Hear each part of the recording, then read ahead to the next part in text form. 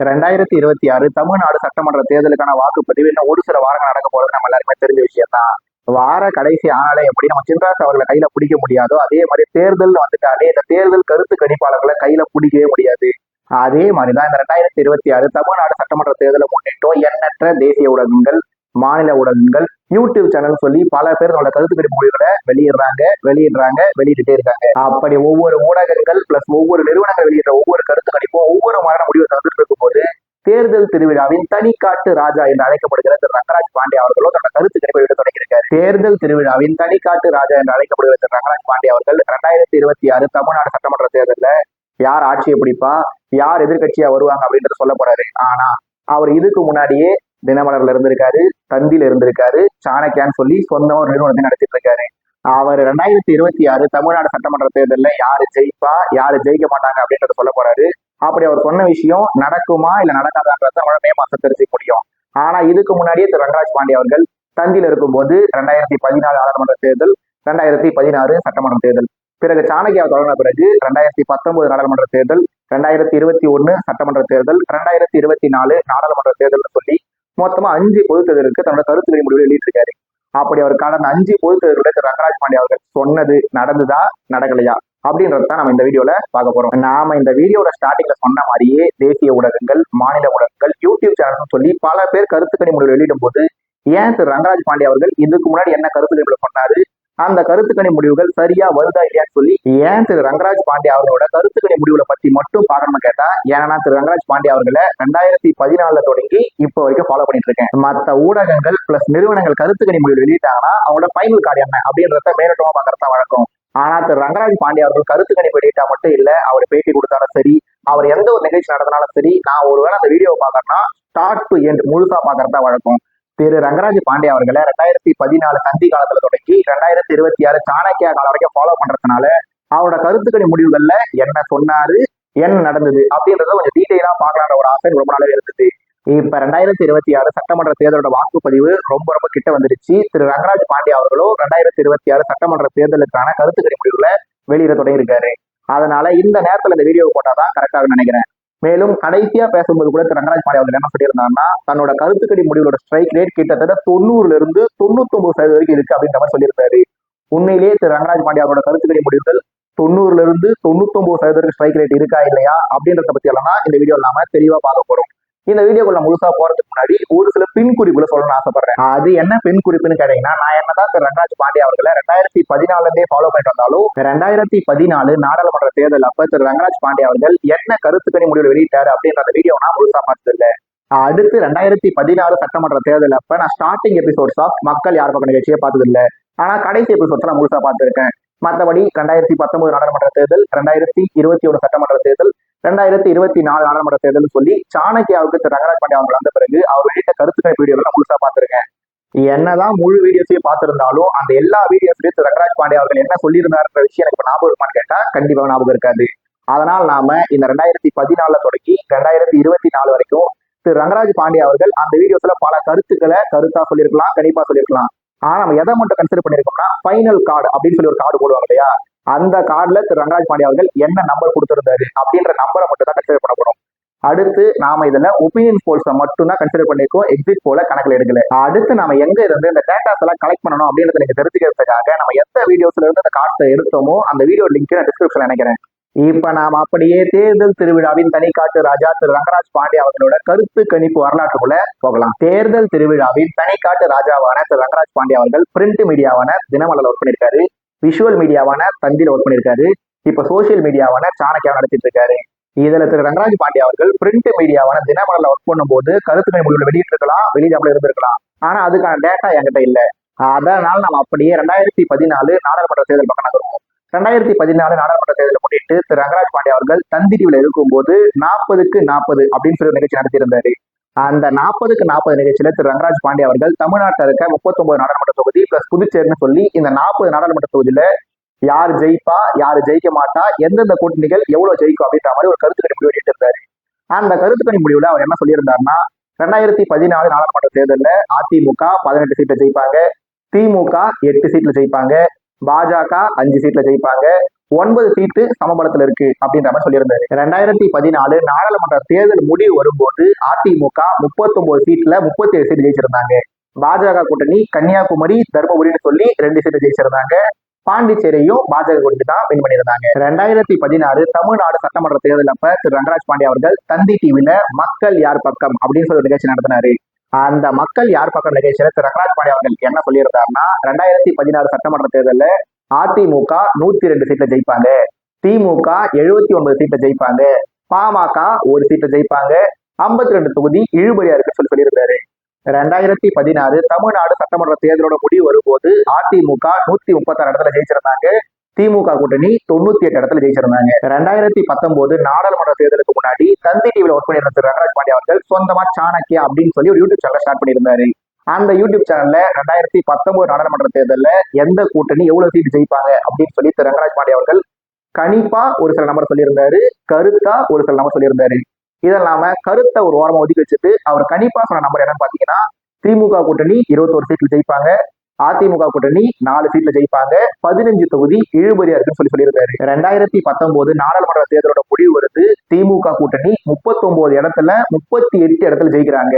தேனியில மட்டும் அதிமுக ஜெயிக்கிறாங்க, பாண்டிச்சேரியில காங்கிரஸ் வின் பண்றாங்க. 2021 தமிழ்நாடு சட்டமன்ற தேர்தல் வருது. தேர்தல் திருவிழாவின் தனிக்காட்டு ராஜாவான திரு ரங்கராஜ் பாண்டே அவர்கள் மறுபடியும் ஒரு முறை தன்னோட கருத்து கணி முடிவுல வெளியிடுறாரு. அந்த கருத்து கணி முடிவுல திமுக 110 இடத்துல ஜெயிப்பாங்கன்னு, அதிமுக 95 இடத்துல ஜெயிப்பாங்கன்னு, 29 சீட் இழுபறியா இருக்கணும்னு சொல்லியிருந்தாரு. 2021 சட்டமன்ற தேர்தலோட முடிவு வருது. திமுக 159 இடத்துல ஜெயிக்கிறாங்க, அதிமுக 75 இடத்துல ஜெயிக்கிறாங்க. கடைசியா 2024 நாடாளுமன்ற தேர்தலை முன்னிட்டு திரு ரங்கராஜ் பாண்டே அவர்கள் மறுபடியும் ஒரு முறை கருத்து கணி முடிவுல வெளியிட்டு இருந்தாரு. அந்த கருத்து கணி முடிவுல திமுக கூட்டணி 31 இடத்துல ஜெயிப்பாங்க, பாண்டிச்சேரியில பிஜேபி கண்டிப்பா ஜெயிப்பாங்க, மீதம் இருக்க 8 தொகுதியில அதிமுக ஜெயிக்கலாம், திமுக ஜெயிக்கலாம், இல்ல பாஜக கூட ஜெயிக்கலாம் அப்படின்ற மாதிரி சொல்லியிருக்காரு. ஆனா 2024 நாடாளுமன்ற தேர்தலோட முடிவு என்ன?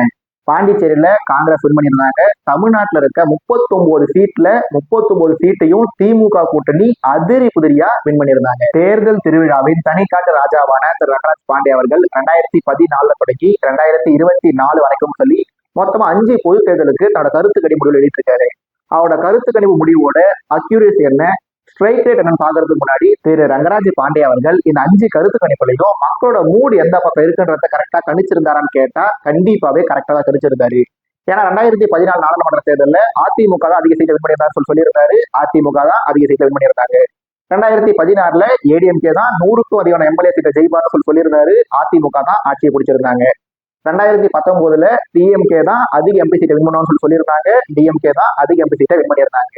2021 சட்டமன்ற தேர்தலில் திமுக தான் அதிக எம்எல்ஏ சீட்டை வின் பண்ணுவான்னு சொல்லியிருந்தாரு, திமுக தான் ஆட்சிக்கு வந்திருந்தாங்க. 2024 நாடாளுமன்ற தேர்தலில் திமுகவுக்கு 31 சீட்டை கொடுத்திருந்தாரு, மற்ற எல்லா சீட்டையுமே கடும் இழுபறி தான் சொல்லியிருந்தாரு. அதே மாதிரிதான் திமுக 39 வின் பண்ணியிருந்தாங்க. இப்படி தன்னோட கருத்து கணிப்புகள்ல மக்களோட மூட கரெக்டா ப்ரெடிக்ட் பண்ண ரங்கராஜ் பாண்டே அவரோட அக்யூரசி பிளஸ் ஸ்ட்ரைக் ரேட் 90ல இருந்து 99 வரைக்கும் இருக்கான்னு கேட்டா கண்டிப்பாவே இல்லைன்றதுதான் நம்மளோட தரவுகள்ல இருந்து தெரிஞ்சுக்க முடியுது. ஏன்னா திரு ரங்கராஜ் பாண்டே அவர்கள் 2014 நாடாளுமன்ற தேர்தலில் திமுக 8 சீட்டை ஜெயிப்பாங்க அப்படின்னு சொல்லியிருந்தாரு. ஆனா திமுக ஒரு இடத்துல ஜெயிக்கல. பிஜேபி 5 இடத்துல ஜெயிக்கிறத சொல்லியிருந்தாரு, ஆனா பிஜேபி மொத்தமா 3 இடத்துல ஜெயிச்சிருந்தாங்க. ஏடிஎம்கேவுக்கு 18 சீட்டு கொடுத்திருந்தாரு, ஆனா ஏடிஎம்கே 37 சீட்ல ஜெயிச்சிருந்தாங்க. 2016 சட்டமன்ற தேர்தலுக்கான கருத்து கணிப்பு முடிவுல அவர் 52 தொகுதி இழுபறி தொகுதியா காட்டினதுனால அவர் சொன்ன மாதிரியே அதிமுக 102 மேல சீட் ஜெயிச்சிட்டாங்க, திமுக 79 மேல ஜெயிச்சிட்டாங்க. அவர் சொன்னதுல 2016 நடக்காத விஷயம் என்ன பாத்தீங்கன்னா பாமக ஒரு சீட்டை ஜெயிப்பாங்கிற விஷயம் தான். அந்த வகையில 2016 accuracy wise strike rate wise okay. 2019 நாடாளுமன்ற தேர்தல் அப்ப இழுபறின்னு சொல்லி 15 சீட்டை காட்டிட்டதுனால திமுக 21 அதிகமா ஜெயிச்சிட்டாங்க. திரு ரங்கராஜ் பாண்டே அவர்கள் 2019 முன்னாடியே சொன்ன மாதிரி கணிப்பு கருத்துன்னு சொல்லி 2 விஷயங்கள் சொல்லியிருந்தாரு. கணிப்பாச்சு பரவாயில்ல, ஏதோ ஓரளவுக்காச்சு மீட் ஆயிருந்தது. ஆனா கருத்துல திமுக 20 ஜெயிப்பாங்க, அதிமுக 15 ஜெயிப்பாங்க, இழுபறி 5ன்னு சொல்லியிருந்தாரு. இதன் மூலம் என்ன தெரிய வருது? கணிப்பு ஓரளவுக்கு ஓகே, கருத்து சுத்தமா மேட்ச் ஆகல. 2021 சட்டமன்ற தேர்தலில் இழுபறின்னு சொல்லி 29 சீட்டை போட்டதுனால திமுக 110 அதிகமா ஜெயிச்சிட்டாங்க. ஆனா அவரு அதிமுக 95 சீட்டை ஜெயிப்பான்னு சொல்லியிருந்தாரு, ஆனா அதிமுக வெறுமனே 75 சீட்டை மட்டும் தான் ஜெயிச்சிருந்தாங்க. அதனால இந்த 2021 சட்டமன்ற தேர்தலுக்கான அக்யூரசியும் சரி, ஸ்ட்ரைக் ரேட்டும் சரி, கண்டிப்பாவே 90 to 99 இல்ல. தேர்தல் திருவிழாவின் தனிக்காட்டு ராஜாவான திரு ரங்கராஜ் பாண்டே அவர்களோட கருத்து கணிப்பு கரியர்லயே தி பெஸ்ட் கருத்து கணிப்பு பார்த்தா 2024 நாடாளுமன்ற தேர்தலுக்கான கருத்து கணிப்பு தான். ஏன்னா திரு ரங்கராஜ் பாண்டே அவர்கள் திமுக 31 இடத்துல ஜெயிப்பான்னு சொல்லியிருந்தாரு, பாண்டியில பிஜேபி ஜெயிப்பான்னு சொல்லியிருந்தாரு, இழுபடின்னு சொல்லி 8 சீட்டு கொடுத்தாரு. இதனால என்ன ஆகி போச்சுன்னா, தமிழ்நாட்டுல அவர் சொன்ன மாதிரியே திமுக 31 இடத்துல ஜெயிச்சுட்டாங்க. 8 இடத்த இழுபடின்னு சொன்னதுனால அந்த 8 இடத்துல திமுகவை ஜெயிச்சதுனால திரு ரங்கராஜ் பாண்டே அவர்களோட அக்யூரசி பிளஸ் ஸ்ட்ரைக் ரேட் ரெண்டுமே ரொம்ப ரொம்ப பெஸ்டா இருந்த கருத்து கணிப்புனா அது 2024 நாடாளுமன்ற தேர்தலுக்கான கருத்து கணிப்பு தான். ஆனா பாண்டியில பிஜேபி ஜெயிக்குன்னு சொல்லியிருந்தாரு, ஆனா பாண்டியில ஜெயிச்சது காங்கிரஸ். திரு ரங்கராஜ் பாண்டே அவர்கள் 2014 தொடங்கி 2024 வரைக்கும் சொல்லி 5 பொது தேர்தல்களை கருத்து கணிப்பு வெளியிட்டு தான் ஏற்கனவே சொல்லியிருந்தோம். இதுல திரு ரங்கராஜ் பாண்டே அவர்களோட தி பெஸ்ட் நாடாளுமன்ற தேர்தல் ப்ரெடிக்ஷன் பார்த்தா அது 2024. தி பெஸ்ட் சட்டமன்ற தேர்தல் ப்ரெடிக்ஷன் பார்த்தா அது 2016. கடைசியா திரு ரங்கராஜ் பாண்டே அவர்கள் கருத்து கணிப்பாளரா இல்ல கருத்து திணிப்பாளரான்னு கேட்டா அவர் ஒரு பத்திரிகையாளர். முன்னாடியே சொன்ன மாதிரி திரு ரங்கராஜ் பாண்டே அவர்களோட கருத்து கணி முடிவுகளோட அக்யூரசி பிளஸ் ஸ்ட்ரைக் ரேட் இது ரெண்டும் 90 to 99% இல்லைனாலும் திரு ரங்கராஜ் பாண்டே அவர்கள் தன்னோட எல்லா கருத்து கணிப்புகள்லயுமே மக்களோட மூடு எந்த பக்கம் இருக்குன்றத கரெக்டா தான் கணிச்சிருக்காரு. அவர் ஒரு கருத்து கணிப்பாளரா இல்லாம ஒரு கருத்து திணிப்பாளரா இருந்திருந்தாருன்னா இந்த 5 பொது தேர்தலுமே அவர் மக்களோட மூடு எந்த பக்கம் இருக்குன்றதுல கூட என்ன பண்ணிருக்கலாம், வேற மாதிரி ரிசல்ட் சொல்லியிருக்கலாம். ஆனா அவர் மக்களோட மூடு எந்த பக்கம் இருக்குன்றத இந்த 5 கருத்து கணிப்புலையுமே சரியா தான் சொல்லியிருக்காரு. அக்யூரசி பிளஸ் ஸ்ட்ரைக் ரேட் முன்ன பண்ண இருந்தாலும் திரு ரங்கராஜ் பாண்டே அவரோட கருத்து கணிப்பு முடிவுகள் கிட்டத்தட்ட மூட் வைஸ் கரெக்டா தான் வந்திருக்கு. மேல சொன்ன 5 கருத்து கணிப்பு முடிவுகள் மட்டும் இல்லாம திரு ரங்கராஜ் பாண்டே அவர்கள் 3 மாசத்துக்கு ஒரு தடவை, 6 மாசத்துக்கு ஒரு தடவை, 1 வருஷத்துக்கு ஒரு தடவை, இல்ல ஒரு சில வாரங்களுக்கு ஒரு தடவை சொல்லி மக்களோட மூடு என்னவா இருக்குன்றத வெளிப்படுத்துறதுக்காக எண்ணற்ற கருத்துக்கணி முடிவுல வெளியிட்டு இருக்காரு. ஆனா அந்த கருத்துக்கணி முடிவுகள் சரியா இருந்ததா இல்ல சரியா இல்லையான்றத நம்ம கம்பேர் பண்ணி பார்க்கறது சரியான டேட்டா இல்லாததுனால நாம வெறுமனே 5 பொது தேர்தலுக்கு திரு ரங்கராஜ் பாண்டே அவர் வெளியிட்டு இருந்த கருத்துக்கணி முடிவுகளை பற்றி மட்டும் இந்த வீடியோல பார்த்திருக்கோம். இப்படி இருக்கும்போது திரு ரங்கராஜ் பாண்டே அவர்கள் 2026 தமிழ்நாடு சட்டமன்ற தேர்தலை முன்னிட்டு தன்னோட கருத்துக்கணி முடிவுகளை வெளியிட ஸ்டார்ட் பண்ணியிருக்காரு. இந்த கருத்துக்கணி முடிவுல அவர் என்ன வேணா சொல்லலாம், ஆனா இந்த கருத்துக்கணி முடிவுகளுக்கு முன்னாடி அவர் என்ன சொல்லிட்டு இருக்காரு, இந்த 2026 சட்டமன்ற தேர்தல் ரொம்ப ரொம்ப டஃப் ஃபைட் ஆகக்கூடிய தேர்தல். திமுக ஜெயிப்பாங்களா இல்ல அதிமுக ஜெயிப்பாங்களான்றத கணிக்க முடியாத தேர்தலா இருக்கு. யார் ஆட்சிக்கு வருவான்றத டிவிகே பிளஸ் என்டிகே 2 பேரும் தான் முடிவு பண்ணக்கூடிய தேர்தலா இருக்குன்னு சொல்லி திரு ரங்கராஜ் பாண்டே அவர்கள் சொல்லிட்டு இருக்காரு. திரு விஜய் அவர்கள் அட்லீஸ்ட் 15% ஓட்டாச்சு எடுப்பாரு அப்படின்னு சொல்லி திரு ரங்கராஜ் பாண்டே அவர்கள் சொல்றாரு. திரு சீமான் அவர்கள் தன்னோட ஓட்டை தக்க வச்சுட்டாலே பெரிய விஷயம் அப்படின்னு சொல்லி திரு ரங்கராஜ் பாண்டே அவர்கள் சொல்றாரு. திமுகவின் ஆட்சியின் மேல மக்கள் அதிருப்தியில் இருக்கிறதா திரு ரங்கராஜ் பாண்டே அவர்கள் சொல்றாரு. இந்த 2026 தமிழ்நாடு சட்டமன்ற தேர்தலில் பாஜக 2021 வின் பண்ணதை விட அதிக எம்எல்ஏ சீட்ல வின் பண்ணுவாங்கன்னு சொல்லி திரு ரங்கராஜ் பாண்டே அவர்கள் சொல்றாரு. இப்படி திரு ரங்கராஜ் பாண்டே அவர்கள் இந்த 2026 சட்டமன்ற தேர்தலை முன்னிட்டு பல ப்ரெடிக்ஷன் சொல்லலாம். ஆனா என்ன பொறுத்த வரைக்கும் இந்த 2026 சட்டமன்ற தேர்தலில் திரு ரங்கராஜ் பாண்டே அவர்களோட ப்ரெடிக்ஷன்ஸ் நடக்கலாம், நடக்காம போகலாம். ஆனா அவர் சொன்ன ஒரு ப்ரெடிக்ஷன்ல இருந்து நான் டோட்டலா வேறுபடுறேன். அது என்னன்னா 2026 சட்டமன்ற தேர்தலில் நாம் தமிழர் கட்சி 2024 ஆன ஓட்டை தக்க வச்சாலே பெரிய விஷயம் அப்படின்ற மாதிரி திரு ரங்கராஜ் பாண்டே அவர்கள் சொல்றாரு. ஆனா என்னை பொறுத்த வரைக்கும் இந்த 2026 சட்டமன்ற தேர்தலில் நான் முன்னாடியே பல வீடியோஸ்ல சொன்ன மாதிரி நாம் தமிழர் கட்சி கண்டிப்பாவே 2024 வாங்கின ஓட்டை விட இந்த 2026 கண்டிப்பாவே அதிகமாக தான் ஓட்டு வாங்க போறாங்க. அந்த ஓட்டு சதவீதம்ன்றது 9.5 தொடங்கி 17 வரைக்கும் என்னவானா இருக்கலாம். அதனால 2026 தமிழ்நாடு சட்டமன்ற தேர்தலில் நாம் தமிழர் கட்சியை பத்தின திரு ரங்கராஜ் பாண்டே அவரோட கணிப்பு கரெக்டா வரப்போதா இல்ல ட்ரயம் தமிழோட கணிப்பு கரெக்டா வரப்போதான்றத பொறுத்திருந்து பார்ப்போம்.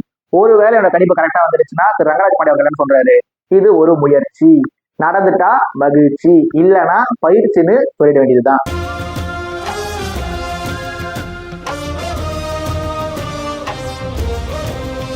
நாம் தமிழர் கட்சியின் தலைமை ஒருங்கிணைப்பாளர் திரு சீமான் அவர்கள் இந்த 2026 தமிழ்நாடு சட்டமன்ற தேர்தலில் காரைக்குடி தொகுதியில போட்டியிட போறது நம்ம எல்லாருமே தெரிஞ்ச விஷயம் தான். நாம் தமிழர் கட்சியோட 2026 மாற்றத்தை விரும்பும் மக்களின் மாநாட்டில் திரு சீமான் அவர்கள் தான் காரைக்குடி தொகுதியில போட்டியிட போறதை அறிவிச்சிருந்தாரு. அந்த அறிவிப்பு வந்த உடனே நாம ஒரு வீடியோ போட்டிருந்தோம். என்னன்னு, காரைக்குடி தொகுதியில் திரு சீமான் அவர்கள் வெல்வாரா மாட்டாரா அப்படின்னு சொல்லி போட்டிருந்தோம். அந்த வீடியோவில் நம்ம என்ன சொல்லியிருந்தோம்னா 2016 திரு சீமான் அவர்கள் கடலூர்ல போட்டிடுறாரு. அந்த கடலூர் தொகுதியில திமுகவும் போட்டிட்டு இருந்தாங்க, அதிமுகவும் போட்டிட்டு இருந்தாங்க.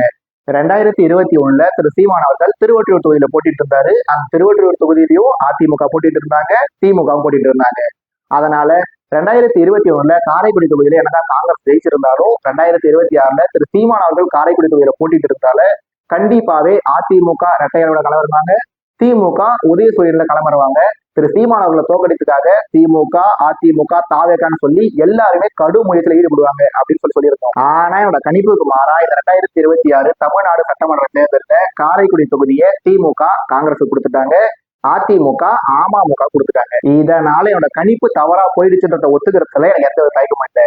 ஆனா நான் எதனால இந்த மாதிரி ஒரு கணிப்பை சொல்லியிருந்தேன்னா, திரு சீமான் அவர்கள் 2016 கடலூர்ல போட்டிடும் போது அதிமுக திமுக போட்டிட்டு இருந்தாங்க.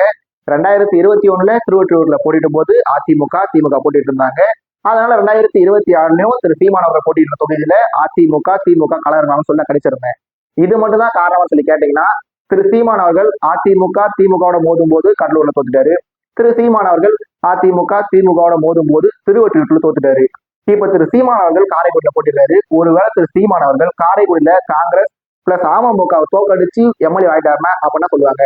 ஏங்க, திரு சீமான் அவர்கள் அதிமுக போட்டிட்டு இருந்தா ஜெயிச்சிருக்க மாட்டாருங்க, திமுக போட்டிட்டு இருந்தா ஜெயிச்சிருக்க மாட்டாருங்க, அவர் காங்கிரஸ் அமமுக போட்டிட்டு இருந்தாங்க ஜெயிச்சிருக்காரு அப்படின்ற மாதிரி ஒரு சப்பக்கட்டு கட்ட தொடங்கியிருப்பாங்க. அதிமுகவும் திமுகவும் திரு சீமான் அவர்கள் ஜெயிக்கிறத விரும்ப மாட்டாங்கன்றது ஒரு விஷயம். திரு சீமான் அவர்கள் காங்கிரஸ் அமமுகன்னு சொல்லி கூட்டணி கட்சிகளை தோக்கடிச்சு ஜெயிக்கிறத என்னங்க பெருமை இருக்கு? திரு சீமான் அவர்கள் பிரதான கட்சியான திமுக அதிமுகன்னு சொல்லி அவங்க 2 பேரையும் தோக்கடிச்சு எம்எல்ஏ ஆனாதான் அதுல பெருமை இருக்கு. ஏன்னா புலி வேட்டைக்கு போன இடத்துல ஒரு எலியவோ இல்ல ஒரு அணிலையோ அடிச்சு ஜெயிச்சாவோ அது பெருமை. புலி வேட்டைக்கு போனா அங்க ஒரு சிங்கத்தையோ ஒரு யானையையோ இல்ல ஒரு சிறுத்தையோ அடிச்சாதான் அது பெருமை. பட் அன்பார்ச்சுனேட்டா அதிமுக திமுகன்னு சொல்லி 2 பிரதான கட்சிகளுமே காரைக்குடி தொகுதியை கூட்டணி கட்சிகள் ஒதுக்கிட்டாங்க. இந்த தொகுதியில இப்ப கூட்டணி கட்சிகள் போட்டிட்டாலுமே கூட திரு சீமான் அவர்களை தோக்கடிக்கிறதுக்கு அதிமுகவும் சரி திமுகவும் சரி தாவேகாவும் சரி இந்த 3 கட்சிகளுமே திரு சீமான் அவர்களை தோக்கடிக்கிறதுக்காக அதோட உடல் பொருள் ஆவின்னு சொல்லி எல்லாத்தையுமே கண்டிப்பா செலவழிக்க தான் போறாங்க. திமுக மற்றும் அதிமுக 2 பிரதான கட்சிகளுமே இந்த காரைக்குடி தொகுதியை கூட்டணி கட்சிகள் கொடுத்திருந்தாலும் நாம முன்னாடி சொன்ன ப்ரெடிக்ஷன்ல இருந்து எந்த வகையிலும் மாறுபடல. அது என்ன ப்ரெடிக்ஷன்? இந்த காரைக்குடி தொகுதியில திரு சீமான் அவர்கள் 33 தொடங்கி 60 வரைக்கும் வாக்குகளை வாங்குவாரு. அவர் இந்த தொகுதியில் வெற்றி பெறத்துக்கு 80% வாய்ப்பு இருக்கு, தோல்வி அடையறதுக்கு 20% வாய்ப்பு இருக்கு. திரு சீமான் அவர்கள் ஒருவேளை காரைக்குடி தொகுதியில தோத்துட்டாருன்னா அது அவருக்கு ஒரு பயிற்சி. ஆனா ஒருவேளை திரு சீமான் அவர்கள் காரைக்குடி தொகுதியில ஜெயிச்சுட்டாருன்னா அது ஒரு வரலாற்று நிகழ்ச்சி. அந்த வரலாற்று நிகழ்ச்சி நடக்க போதா இல்லையா? 2031 தமிழ்நாடு முதலமைச்சர் என்ற இலக்குக்கான முதல் படிக்கல்லாம் 2026 காரைக்குடி சட்டமன்ற உறுப்பினர் என்ற கையெழுத்தை திரு சீமான் அவர்கள் போடுவாரா மாட்டாரா? இது எல்லாத்தையும் பொறுத்தது பார்ப்போம்.